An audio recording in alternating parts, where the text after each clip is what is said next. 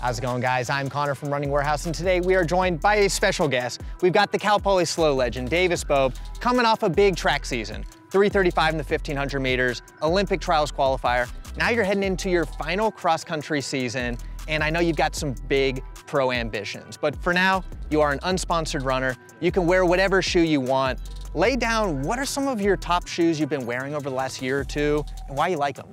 Yeah, as far as the super shoes goes, I've been doing most of my runs in the Adidas Adios Pro, a bit in the Nike Vaporfly as well, but those are kind of my two main super shoes. Yeah, and those two are kind of the staples for a lot of runners. The Vaporfly started out the super shoe scene. It had the Zoom X foam, which really is one of the best foams on the market. And then you've got the Adios Pro, which has set a lot of records. We're seeing a lot of pros run really fast times in the marathon in that shoe. But every brand is making really good super shoes right now, pushing the foams to new limits, changing geometries. And what I have for you here today is what could just be the craziest super shoe on the market.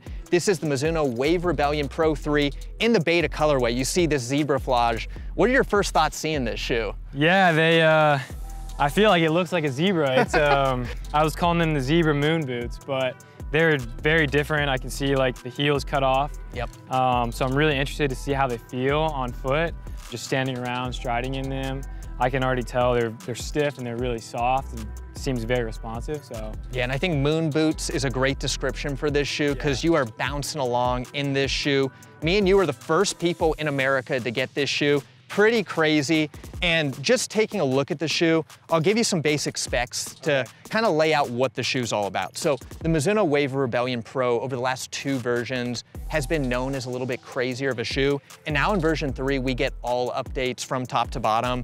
The big update with this shoe is the new foam. We've got the Mizuno Energy XP foam. It's gonna be their latest PIBA foam. As you can tell, it's very soft just from feeling it. And now it's got 2 layers. The last version was a PIBA foam with an EVA foam. Now we've got 100% Mizuno Energy XP, a lot of super foam underfoot, crazy geometries. As you said, this heel has that crazy bevel. And then as you move on down to the outsole, a really cool, unique design. Everything about this shoe, Mizuno has made little fine-tuned craftsmanship that really makes it unlike any other shoe on the market.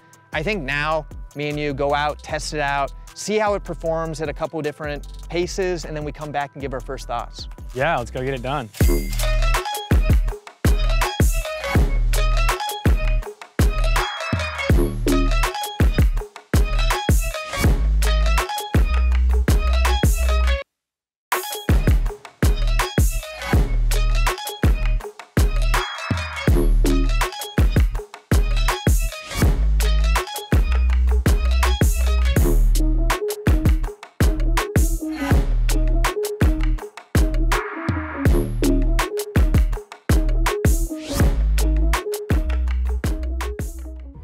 All right, Davis, first run in America done in the Mizuno Wave Rebellion Pro 3, and this shoe did not disappoint. You know, as we started running a little bit faster, you feel this shoe just propel you through your stride. What were your first thoughts wearing this shoe? Have you ever worn anything quite like this? No, nothing like this shoe. When I just stand there, it feels crazy. Yeah, I'm not much of a basketball player, but I feel like I should be able to dunk in these. I feel like I should be able to just jump through the shoes almost. Very soft, but once you start running, I would say I don't notice the crazy geometry as much. It's not as pronounced. I just feel very efficient with my stride, especially at like the threshold type paces. So that's why I think like with a tempo, longer tempos, it'd be really good because I just feel super snappy, super efficient in these shoes. Yeah, and I think we talked a little bit before about this heel bevel and if it was gonna be too crazy. Again, once you get in your stride, you're not really running back on this part.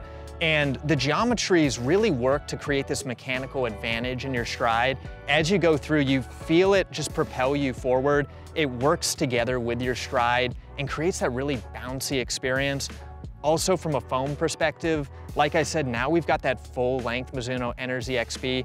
It's really soft, and even though it's soft, it kind of explodes out. It's not a mushy softness. Right, yeah, it's very responsive for how soft it is. I feel a big power output back when I push into the ground. It's just really responsive. Yeah, and then the carbon infused plate. This isn't a true carbon fiber plate. but the carbon infused is still pretty stiff and it works to stabilize the foam. I wouldn't say this is the most stable shoe on the market.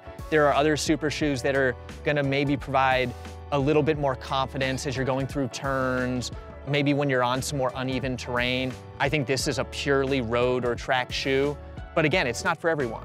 Yeah, I would say, you know, if you're trying to be safe and you need something really stable, it might not be the best option, but if you're trying to get a PR, and you're trying to run fast, then you might want to try it out. You know, it really propels you forward. And then from a stack height perspective, we talked a little bit about this because you are going to be a pro runner soon. You're going to have to wear World Athletics legal shoes. This shoe is World Athletics legal, and what that means is it has 40 millimeters in the heel, but looking at the shoe, it seems like it has a lot more. I actually measured the heel the way we measure every shoe at Running Warehouse. I got nearly 55 millimeters. And I think they're able to get around this rule by this crazy heel bevel. You do get 40 millimeters here in the back, but as you move forward towards the midfoot, you get a lot more stack. So if you're looking for the most cushioned, the most protective, potentially one of the most bouncy shoes on the market, this shoe's gonna get it done. Yeah, it's pretty crazy how the engineers were able to design the shoe that's legal but has so much cushion in it. It's gonna be really exciting to try and rip some fast times in these shoes. Yeah.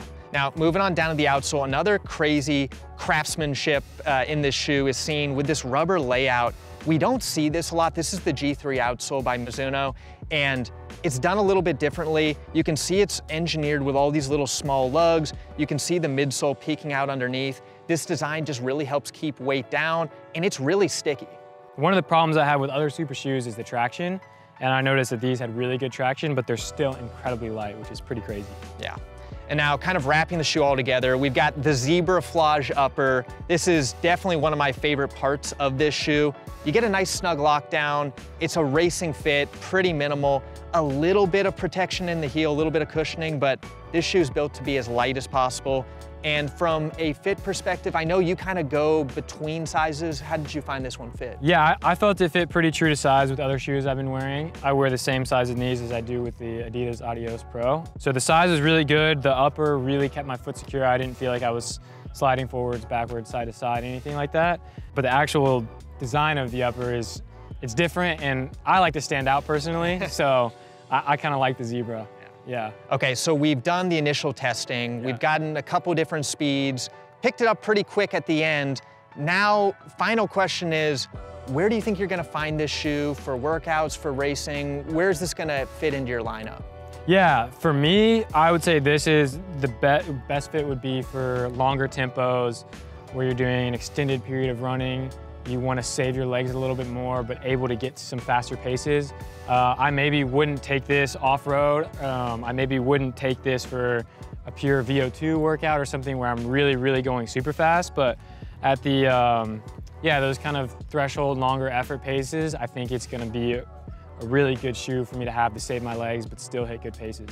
Yeah, I'm in the same ballpark as you. I think with the design, with the stability, for tight turns, it was a little shaky, but for straightaways, for long efforts, for maybe even like a marathon, I think this could be a really good shoe. It's efficient, it's bouncy, it's not for everyone. This is gonna be for the most efficient runners looking for a lot of cushion, a lot of bounce. But again, if you're looking for something crazy, if you're looking for something to stand out, this is gonna be the shoe for you. And I think it just goes to show how many good shoes, how many innovations we're seeing in the super shoe market. There's a lot of good stuff coming out in 2024 and looking into 2025. So I think me and you might have to get out, try some more shoes, try the latest and greatest. And for the people at home, if you want to see more of Davis, let us know down below, and we'll start testing out everything that comes out. Yeah, let's try everyone. Let's find the best super shoe of 2025.